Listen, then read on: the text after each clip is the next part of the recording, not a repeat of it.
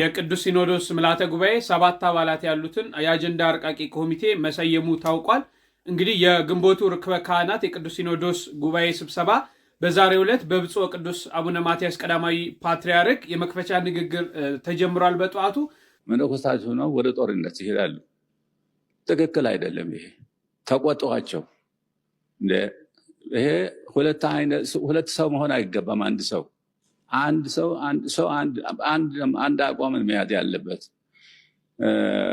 ወደ ጦርነት እንዘምታለን እያሉ መፎከር እስቲ ሰው መነኩሴ ይጸልያል እንጂ እንዴት እንደዚህ አይነት ድርጊት ውስጥ ይገባል? በዚህ ጉባኤ የቅዱስ ሲኖዶስ ዋና ጸሐፊንና የጠቅላይ ቤተ ክህነት ስራ አስኪያጅን ጨምሮ በርካታ ሹመቶች ይሰጣሉ። ሰላም ጤና ይስጥልኝ። እንዴት አላችሁ? በመላው ዓለም የምትገኙ የኢትዮያ ሚዲያ ተከታታዮች ዛሬ በአንድ መረጃ ወደ እናንተ ተመልሼ መጥቻለሁ።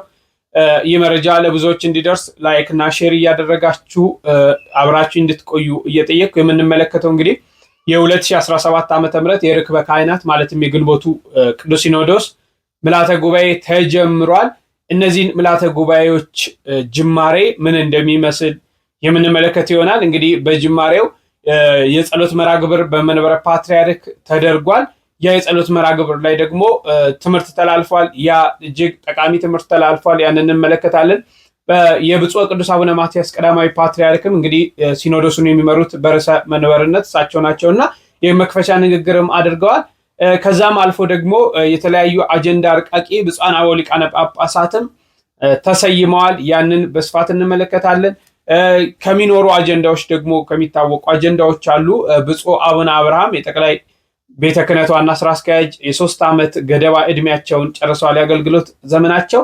ያስ ምን ሊሆን ይችላል? ቅዱስ ሲኖዶስ ምን አይነት ውሳኔ ነው የሚወስነው የሚለውን በስፋት የምንመለከት ይሆናል። እስከ መርሐ ግብሩ ፍጻሜ አብራችሁ እንድትቆዩ እየጠየቅኩ በድጋሚ ላይክ ያላደረጋችሁ ላይክ አድርጉ ለብዙዎች እንዲደርስ።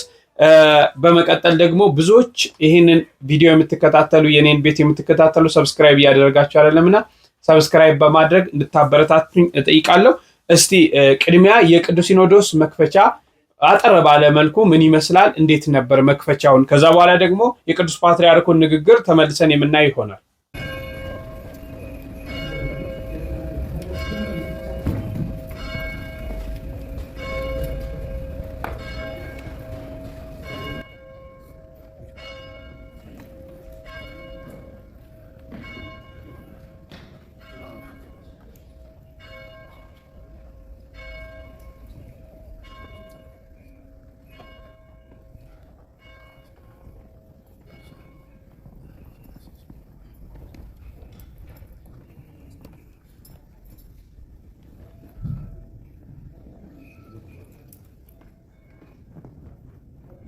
እንኳን ለዚህ ቅዱስ በዓል ለቅዱስ ሲኖዶስ ምልዓተ መንፈስ ቅዱስ የሚገለጽበትን ዕለት ስላደረሰን ክብር ምስጋና ለሱ ይሁን እያልኩ ለርክበ ካህናት ያደረሰን አምላካችን እያመሰገንኩ በመላ ዓለም የምትገኙ በሚዲያም በኩል የምትከታተሉ አሁን የሚተላለፈው ድምፅ ከዚህ ከመንበረ ፓትርያርክ ቅድስተ ቅዱሳን ገዳማችን ቅድስት ማርያም ስለሆነ ሁላችሁም እንድትከታተሉ እያሳሰብ ቅዱስ አባታችን ጸሎታችን የተባረከ የተቀደሰ እንዲሆንልን በጸሎት እንዲከፍቱልን በታላቅ ትሕትና እጠይቃለሁ።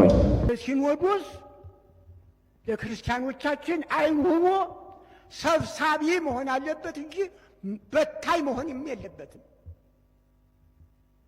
ሊሰበስብ ይገባዋል እንጂ ሊበትንም አይገባው። እነዚያ ገበሬዎቹ የሰበሰቡትን ክርስቲያን እኛ ስንበትነው አያስቅም? አያስገርምም?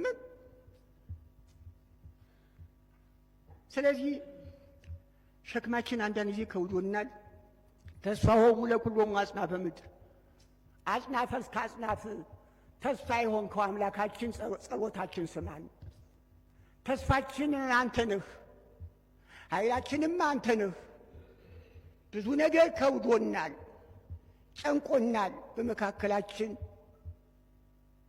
ተገኝተህ አንተው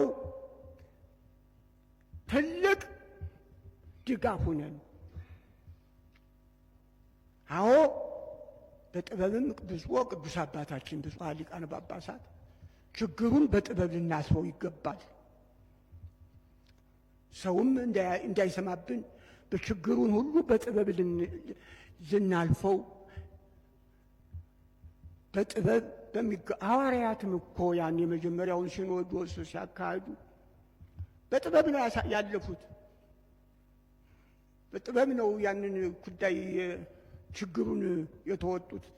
ስለዚህ ቅዱስ አባታችን ብፁዓን ሊቃነ ጳጳሳት የቅዱስነቶ ቡራኬ አይለየንና ይህንን ችግር ዘመን ችግሩን በጥበብና በብልሃት እንድንወጣ የልዑል እግዚአብሔር ፈቃዱ ይሁንልን። አምላካችን ይርዳን። አሜን።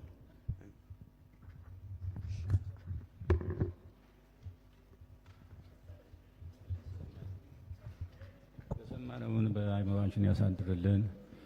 ጉባኤያችንን ይባርክልን፣ ይቀድስልን። በሰላም አስጀምሮ ያስፈጽመን። ለሀገራችን ሰላምን፣ ለሕዝባችን ፍቅርና አንድነትን ይስጥልን። ሰላማዊ ሌሊት ያሳድረን። አቡነ ዘበሰማያት። እንግዲህ እንደተመለከታችሁት ነው የመክፈቻ ሁልጊዜ ቅዱስ ሲኖዶስ ስብሰባ ከመደረጉ አንድ ቀን በፊት ጸሎት ይደረጋል፣ በከሰዓቱ መርሐ ግብር ማለት ነው። ይህ ጸሎት ደግሞ ብፁዓን አበው ሊቃነ ጳጳሳት፣ የቤተክርስቲያን አስተዳዳሪዎች፣ በርካታ ምዕመናንም በተገኙበት ጸሎቱ በመንበረ ፓትርያርክ ቅድስት ማርያም ቤተክርስቲያን ጸሎት ይደረጋል። ከጸሎቱም በኋላ ደግሞ ጉባኤውን አስመልክቶ ካሉ ብፁዓን አበው ሊቃነ ጳጳሳት መካከል ብፁዕ ወቅዱስ አቡነ ማትያስ ፈቃዳቸው የሆነው ሊቀ ጳጳስ ያስተምራሉ ማለት ነው። እንግዲህ እንደተከታተላችሁት ብፁዕ አቡነ ኤልያስ የስዊድን ሀገረ ስብከት ሊቀ ጳጳስ አንጋፋ አባት ናቸው። እሳቸው ትምህርተ ወንጌልን ሰጥተዋል ማለት ነው። እንግዲህ ከዚህ ትምህርተ ወንጌል በኋላ የሚቀጥለው በነጋታው የሚደረገው የቅዱስ ሲኖዶስ ስብሰባ ነው። ይህም ከመደረጉ በፊት በሌሊት ብፁዓን አበው ሊቃነ ጳጳሳት በሚሰበሰቡበት አዳራሽ በመግባት ለረጅም ሰዓት ኪዳኑ ይደርሳል፣ ዳዊቱ ሙሉ ይደርሳል። ጸሎት፣ የተለያየ ጸሎት ከተደረገ በኋላ እንግዲህ ተመልሰው ወደየ በዓታቸው ወደ ማረፊያቸው ሄደው ድጋሚ ይመለሱና በብፁዕ ወቅዱስ አቡነ ማትያስ ቀዳማዊ ፓትርያርክ ርዕሰ መንበር የሲኖዶሱ ርዕሰ መንበር መሪ አባት ስለሆኑ እሳቸው በሚሰጡት ቃለ ምዕዳን በሚሰጡት የመክፈቻ ንግግር ጸሎት ይጀመራል፣ ጉባኤው ይጀመራል ማለት ነው። እንግዲህ ብፁዕ ወቅዱስ አባታችን አቡነ ማትያስም ደግሞ በጣም ደስ የሚል ለሀገር ለወገን የሚሆን ለሕዝበ ክርስቲያን የሚሆንን ድንቅ የሆነ መልእክት አስተላልፈዋል ቅዱስ አባታችን። እንግዲህ የቅዱስ አባታችንን መልእክት እንስማና ከዚህ በኋላስ ምንድነው የቅዱስ ሲኖዶስ ስራው ምንድነው የሚያደርገው የሚለውን ደግሞ አብረን እንቃኛለን ማለት ነው። በማዕከል ሆኖ እየመራ የሚገኝ ቅዱስ ሲኖዶስም ለዚህ ተልእኮ ምቹ መደላደልን የመፍጠር ኃላፊነቱን በአግባቡ መወጣት ይገባዋል። በተለይም ትምህርተ ሃይማኖትንና ቀኖና ቤተ ክርስቲያንን የተማሩና በጥልቀት የተገነዘቡ ብስለትም ያላቸው እንደዚሁም በቋንቋና በስነ ልቡና እውቀት የላቀ ሀብተ ጸጋ ያላቸውን በሐዋርያነት እያሰለጠነ በአጽናፈ ዓለም ሁሉ ሊያሰማራ ይገባል። ብፁዓን ሊቃነ ጳጳሳት፣ የቅዱስ ሲኖዶስ አባላት በብሂለ አበው ፀሐይ ለመስኮትዋ ሳታበራ ወዘተ እንደሚባለው ለሌላው በብቃት መድረስ እንችል ዘንድ እኛ የቅዱስ ሲኖዶስ አባላት የሲኖዶሱ መንበር በሚገኝበት ምድረ ኢትዮጵያ ከመቼውም የተሻለ ስራ በመስራት ለእግዚአብሔር መታዘዝ፣ ሕዝቡንም ማገልገል ይገባናል። ሁላችንም እንደምንገነዘበው በሲኖዶሳችን ያልታቀፉ ብዙ ወገኖች በሀገር ውስጥ አሉን። እነዚህ ወገኖች አንዳንዶቹ በተለያዩ ምክንያት ከኛ የወጡ ናቸው። ይሁን እንጂ የሄዱት ወደ ቤታቸው እንዲመለሱ፣ ሌሎችም ወደ መንጋቸው እንዲቀላቀሉ በርትቶ መስራት የዚህ ጉባኤ ተቀዳሚ ተልእኮ ነው። ምክንያቱም ጸጋንና ሐዋርያነትን የተቀበልንበት ዋናው ምክንያት ይህንን ለማድረግ ነውና። ከዚህ አኳያ የቤተ ክርስቲያናችን ተደራሽነት በሳሳበት አካባቢ ሁሉ የተለየ ትኩረት ሰጥተን መስራትና ተጨባጭ ለውጥ ማምጣት ይኖርብናል። ብፁዓን ሊቃነ ጳጳሳት፣ የቅዱስ ሲኖዶስ አባላት፣ የኢትዮጵያ ኦርቶዶክስ ተዋሕዶ ቤተክርስቲያን ውሉደ ክህነትና ምእመናን የሆን ሁላችን ከሁሉ በፊት ያለንን አቅምና ብቃት በአግባቡ መገንዘብ ይኖርብናል። ለእግዚአብሔር ክብርና ምስጋና ይሁንና ለፈጣሪው በቆራጥነት የሚታዘዝ ምእመን ወጣት ካህን አለን። ይህ ትልቅ ጸጋ ነው። ይህንን ጸጋ ለእግዚአብሔር መንግሥት በሚመች ሁኔታ ዝቅ ብለን ማገልገል የክብር ነው። በመሆኑም ይህንን የእግዚአብሔር ሕዝብ በሐቅ በቅንነት በትጋትና በታማኝነት ቆመን ካገለገልን አባትነታችንንና መሪነታችንን በመልካም አሰራር በትክክል በህሊናው እንዲሰርጽ ካደረግን ይህ ኃይል ከጎናችን እንደማይለይ እርግጠኞች መሆን ይህንን ካሳካን ለኛ የተሰጠ ኃይልና ብቃት በየትም የለም። በዚያም ሃይማኖቱ የሚጠይቀውን ሰብዕና እና ቁመና ህዝበ ክርስቲያኑ ያለውን ብቻ ሳይሆን ሕይወቱን ሳይቀር ለመስጠት ወደ ኋላ የማይል የእግዚአብሔር ሕዝብ አለን።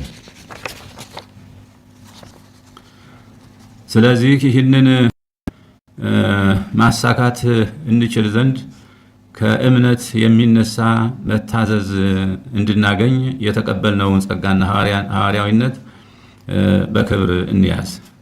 ብዙኃን ሊቃነ ጳጳሳት፣ የቅዱስ ሲኖዶስ አባላት ለሕዝበ እግዚአብሔር የምናበረክተው አገልግሎት በመንፈሳዊ ብቻ ሳይሆን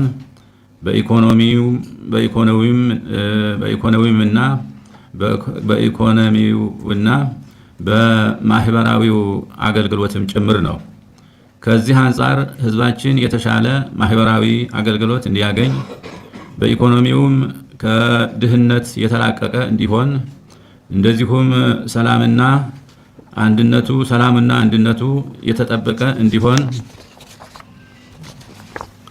በማስተማርም በተግባር በመሳተፍም የህዝቡ መሪዎችና አርአያ ሆነን መስራት ይገባናል። በተለይም ከሰላም እጦት የተነሳ በእጅጉ እየተጎዳ ያለው ህዝባችን ሰላምና ፍትህ እንዲያገኝ በጸሎትም በትምህርትም በምክርም ተግተን መስራት አለብን። እንደሚታወቀው እንዳጋጣሚው የኢትዮጵያ ከእንግልት የተለየበት ጊዜ ብዙ እንዳልሆነ ይታወቃል። ለእንግልት እየተዳረገ ያለውም የሌሎች እጅ ባይለየውም በዋናነት በገዛ ልጆቹ ነው። እናት በገዛ ልጆቿ ስትንገላታ ማየት እጅግ አሳዛኝ ነገር ነው። እንደዚህ ያለው ነገር በደንብ ያልታሰበበት አካሄድ በብስለትና በንስሐ ማስተካከል አሸናፊነትን እንጂ ተሸናፊነትን አያሳይምና እንዲታሰብበት እንመክራለን። ከዚህ አንጻር ኢትዮጵያን ወደ ተሻለ ልማትና እድገት እናሻገራለን ብላችሁ እየደከማችሁ ያላችሁ ወገኖቻችን እባካችሁ መለስ ብላችሁ እናታችሁ የተንገላታችበትን እዩና በቃ በሉ። ሁሉን የሚያግባባ ነገር ፈልጉና ችግሮቹን በሰላማዊ ውይይት ፍቱ። በዚህ አማራጭ እናት ሀገር እፎይታ እንድታገኝ አድርጉ። ይህንም ለውድ እናት የሚደረግ ካሳ አድርጋችሁ ውሰዱት። የቤተ ክርስቲያናችን ወቅታዊ መልእክትና ጥሪም ይህ ነው። በመጨረሻም የቤተ ክርስቲያናችን መንፈሳዊ፣ ማህበራዊ፣ ኢኮኖሚያዊና አስተዳደራዊ አፈጻጸማችንን በመገምገም ለቀጣዩ ጊዜ የሥራ አቅጣጫን የሚያስቀምጠው የርክበ ካህናት ቅዱስ ሲኖዶስ ቀኖናዊ ጉባኤ በዛሬው ዕለት የተጀመረ መሆኑን ለኦርቶዶክሳውያን ሕዝበ ክርስቲያን እናበስራለን። እግዚአብሔር የተባረከና የተቀደሰ ጉባኤ ያድርግልን። እግዚአብሔር ኢትዮጵያና ሕዝቦቿን ይባርክ። የግንቦት 2017 ዓ.ም የቅዱስ ሲኖዶስ የርክበ ካህናት ምልአተ ጉባኤ ነገ እንደሚጀመር ታወቀ። የኢትዮጵያ ኦርቶዶክስ ተዋሕዶ ቤተክርስቲያን ቅዱስ ሲኖዶስ የርክበ ካህናት ምልአተ ጉባኤ በነገው ዕለት በጽርሐ መንበረ ፓትርያርክ እንደሚጀመር ተገልጿል። የምልአተ ጉባኤው መክፈቻ የጸሎት መርሃ ግብር አሁን በመንበረ ፓትርያርክ ቅድስተ ቅዱሳን ማርያም ገዳም እየተካሄደ ይገኛል። ከነገ ጀምሮ ቅዱስ ሲኖዶስ በልዩ ልዩ ወቅታዊ የቤተክርስቲያኒቱና ሀገራዊ ጉዳዮች ላይ እንደሚወያይ ይጠበቃል። ከሳምንት በፊት የብልጽግናው አገዛዝ ወደ ሀገር እንዳይገቡ ከልክሏቸው የነበሩትን የቅዱስ ሲኖዶስ ዋና ጸሐፊ አቡነ ጴጥሮስን ጨምሮ 3 አባቶች ወደ ሀገር እንዲገቡ በወደ ሰፊነት ፈቅጃለሁ ማለቱ ይታወሳል። ይሁን እንጂ ወደ ሀገር እንዲገቡ ፈቅጄላቸዋለሁ ያላቸው በዋናነት አቡነ ጴጥሮስ የሲኖዶሱ ጸሐፊነታቸው በዚህኛው ጉባኤ ስለሚጠናቀቅና ብዙም ተጽዕኖ አይፈጥሩብኝም ብሎ በማሰብ የወሰነ ውሳኔ መሆኑን ምንጮችን ዋቢ አድርገን መዘገባችን አይዘነጋም። ታዲያ ይህን የአገዛዙን ውሳኔ ተከትሎ ጳጳሳቱ ይህ ዜና እስከተጠናከረበት ሰዓት ድረስ ለጉባኤው ወደ ሀገር መግባታቸው አልተረጋገጠም። በዚህ ጉባኤ የቅዱስ ሲኖዶስ ዋና ጸሐፊንና የጠቅላይ ቤተ ክህነት ስራ አስኪያጅን ጨምሮ በርካታ ሹመቶች ይሰጣሉ። እሺ እንደተመለከታችሁት ነው። የብፁዕ ቅዱስ አባታችን በረከታቸው ይድረሰን። እንግዲህ ቅዱስነታቸው በመልእክታቸው ሰፊ ሀሳቦችን አንስተዋል። ከነዛም መካከል ለምሳሌ ለሕዝበ ክርስቲያኑ ለሕዝበ እግዚአብሔር የምናበረክተው አገልግሎት በመንፈሳዊ ብቻ ሳይሆን በኢኮኖሚያዊ በማህበራዊ አገልግሎትም ጭምር ነው። ከዚህ አንጻር ህዝባችን የተሻለ ማህበራዊ አገልግሎት እንዲያገኝ በኢኮኖሚውም ከድህነት የተላቀቀ እንዲሆን በማስተማር አንድነቱ የተጠበቀ እንደሚሆን በማስተማር እግዚአብሔር ሰላሙን አንድነቱን እንዲያመጣ በመጸለይ በመሳተፍ የህዝባችንን መሪዎች አርያ የህዝቡ መሪዎች አርያ ልንሆን እንደሚገባን በዚህ ዙሪያ መስራት እንዳለብን ከሰላም እጦት ጋር የተነሳ ከችግር ጋር የተነሳ ሰፊ ሀሳቦችን አንስተዋል። ሀገራችን ወደ ተሻለ የልማት ሁኔታ እንድትፋጠን እድገቷ ወደ ተሻለ እንዲሻገር እየደከሙ ያሉ ወገኖችንም አመስግነዋል። እነዚህም ደግሞ መለስ ብለው ሰላምን እንዲፈጥሩ ስለ ሰላም ስለ ስብሰባውም ስለ ሁሉም ነገር በመጠኑ ቅዱስ አባታችን አንስተው የመክፈቻ ንግግራቸውን አድርገዋል ማለት ነው። እንግዲህ ቅዱስ ሲኖዶስ ይሄ ከተደረገ በኋላ ከፓትርያርኩ መክፈቻ ንግግር በኋላ ያመራው ወደ አጀንዳ አርቃቂ ኮሚቴዎች ናቸው። እንግዲህ ቅዱስ ሲኖዶስ ምልዓተ ጉባኤው በዓመት 2 ጊዜ ይካሄዳል። አስቸኳይ ስብሰባ ካላጋጠመ በስተቀር በጥቅምትና በግንቦት ይህ ምልዓተ ጉባኤ ይካሄዳል። ከዛ ውጭ ደግሞ በየሳምንቱ ረቡዕና አርብ የቋሚ ሲኖዶስ አባላቶች አሉ። ቋሚ ሲኖዶስ ስብሰባዎችን ያደርጋል። የቤተክርስቲያን አጀንዳዎችን ይመለከታል። በሱ ማለቅ የሚችሉትን በዚህ በቋሚ ሲኖዶስ ያልቃል። በእነሱ ማለቅ የማይችለውን ደግሞ ወደ ምልዓተ ጉባኤ ይወስዳል ማለት ነው። እንግዲህ ከጥቅምት ጀምሮ እስከ ግንቦት ያለውን ሲመሩ የነበሩ የቋሚ ሲኖዶስ ውስጥ አባላቶች አሉ። እነሱ ወደ ቅዱስ ሲኖዶስ እንዲሸጋገር ያስቀመጧቸው አጀንዳዎች እንዳሉ ሆነው አዳዲስ አጀንዳዎች ደግሞ እንዲወጡ እንዲረቁ ቅዱስ ሲኖዶሱ ምን ያደርጋል? አጀንዳ አርቃቂ ኮሚቴዎችን ይሰይማል ማለት ነው። የቅዱስ ሲኖዶስ ምልዓተ ጉባኤ 7 አባላት ያሉትን የአጀንዳ አርቃቂ ኮሚቴ መሰየሙ ታውቋል። እንግዲህ የግንቦቱ ርክበ ካህናት የቅዱስ ሲኖዶስ ጉባኤ ስብሰባ በዛሬው ዕለት በብፁዕ ቅዱስ አቡነ ማትያስ ቀዳማዊ ፓትርያርክ የመክፈቻ ንግግር ተጀምሯል በጠዋቱ። ከዛም እንግዲህ የቅዱስ ሲኖዶስ ርክበ ካህናት ጉባኤ አጀንዳ በማርቀቅ እንዲያቀርቡ 7 ሊቃነ ጳጳሳትን የሰየመ ሲሆን ኮሚቴውም ደግሞ በቋሚ ሲኖዶስ ተዘጋጅቶ የቀረበውን አጀንዳ በመመርመርና በማሻሻል ለቅዱስ ሲኖዶስ ምልዓተ ጉባኤ በማቅረብ የሚያጸድቅ ይሆናል። እንግዲህ ይህንን ካቀረበ በኋላ ከጸደቀ በኋላ ቅዱስ ሲኖዶስ ምልዓተ ጉባኤ በእነዚህ አጀንዳዎች ውይይት ያደርጋል ማለት ነው። እነዚህም አጀንዳ እንዲያረቁ የተሰየሙት ሊቃነ ጳጳሳት ብፁዕ አቡነ ጎርጎርዮስ፣ ብፁዕ አቡነ ቀለሚንጦስ፣ ብፁዕ አቡነ ዮስጣቴዎስ፣ ብፁዕ አቡነ ኤልያስ፣ ብፁዕ አቡነ ሩፋኤል፣ ብፁዕ አቡነ ዜና ማርቆስ እና ብፁዕ አቡነ ኤልሳ ሲሆኑ ምልዓተ ጉባኤም ከአጀንዳ መጽደቅ በኋላ የቅዱስ ፓትርያርኩን የመግቢያ መልእክትና የቅዱስ ሲኖዶስ ጽሕፈት ቤት ሪፖርት ያጸድቃል ተብሎ ይጠበቃል ማለት ነው። መረጃው ለብዙዎች እንዲደርስ ኮፒ ሊንክና ሼር አድርጉት። ቅዱስ ሲኖዶስ የሚወስናቸውን የተለያዩ ውሳኔዎችን አጀንዳዎችን አያይዤ መረጃዎች በሚወጡበት ሰዓት እየተከታተልኩ የማቀርብላችሁ ይሆናል። መረጃውም በፍጥነት እንዲደርሳችሁ ከፈለጋችሁ ቤቱን ፎሎ ማድረጋችሁንም እንዳትረሱ። እነዚህ አጀንዳ አርቃቂ ኮሚቴዎች ቅዱስ ሲኖዶስ ሰይሟል። እነዚህ እንግዲህ ሲኖዶሱ መወያየት አለባቸው ብለው የሚያስቡትን አጀንዳዎች ከቋሚ ሲኖዶስ ተቀብሎ ከጠቅላይ ቤተ ክህነት ከተለያየ አካላት የተውጣጡትን ተቀብሎ አይቶ መርምሮ አጀንዳ ያመጣል ማለት ነው። ከዛ በኋላ ያንን አጀንዳ ቅዱስ ሲኖዶሱ መወያየት ይጀምራል ማለት ነው። እንግዲህ እነዚህ አጀንዳዎች ምንድናቸው የሚለውን በቀጣይ ቪዲዮ የምንመለከት ይሆናል። ከነዚህ አጀንዳዎች መካከል ግን ዘንድሮ ማይቀረው አጀንዳ አንደኛው ምንድነው? የመንበረ ፓትርያርክ ጠቅላይ ቤተ ክህነት ዋና ስራ አስኪያጅና የቅዱስ ሲኖዶስ ዋና ጸሐፊ የሆኑ ብፁዓን አበው ሊቃነ ጳጳሳት የስራ ዘመናቸው አብቅቷል። ያው እነዚህ የሚታወቀው 3 ዓመት የስራ ዘመን ያላቸው እንግዲህ የጠቅላይ ቤተ ክህነት ዋና ስራ አስኪያጅ ብፁዕ አቡነ አብርሃም ናቸው። የቅዱስ ሲኖዶስ ዋና ጸሐፊ ደግሞ ብፁዕ አቡነ ጴጥሮስ ናቸው። እነዚህ ሁለቱ ብፁዓን አበው ሊቃነ ጳጳሳት የዛሬ 3 ዓመት ነው በቅዱስ ሲኖዶስ ተመርጠው የተሾሙትና ይሄን አገልግሎታቸውን ጨርሰዋል። አሁን ቅዱስ ሲኖዶስ እንግዲህ ምንድነው የሚያደርገው ቀጣይ የሚለውን ስንመለከት ወይ እነዚህን ብፁዓን አበው ሊቃነ ጳጳሳት አንድ የስራ ዘመን ይጨምርላቸዋል፣ አሊያም ደግሞ አዳዲስ ብፁዓን አበው ሊቃነ ጳጳሳትን በእነዚህ ቦታ ይተካል ተብሎ ይጠበቃል። እነዚህ አጀንዳዎች በመጨረሻው ቅዱስ ሲኖዶስ ስብሰባ ሊያልቅ ሲል በመጨረሻ አጀንዳዎች የሚታዩ ናቸውና ብፁዕ አቡነ አብርሃም እንግዲህ በ3 ዓመት ሲኖሩ በጠቅላይ ቤተ ክህነት በርካታ ስራዎችን ሰርተዋል፣ በርካታ ተግባሮችን አከናውነዋል። በርካታ ፈተናዎችም በዚህ በ3 ዓመት ውስጥ ገጥመዋታል ቤተክርስቲያን ማለት ነው።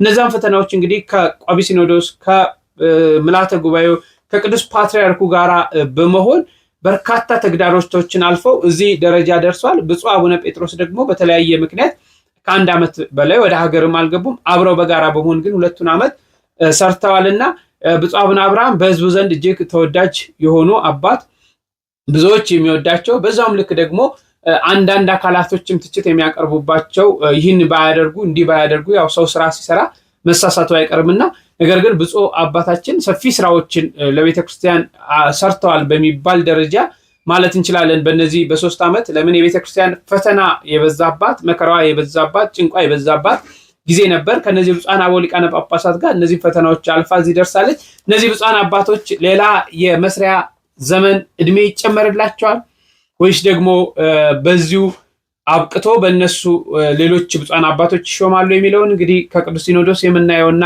የምንሰማው ነው።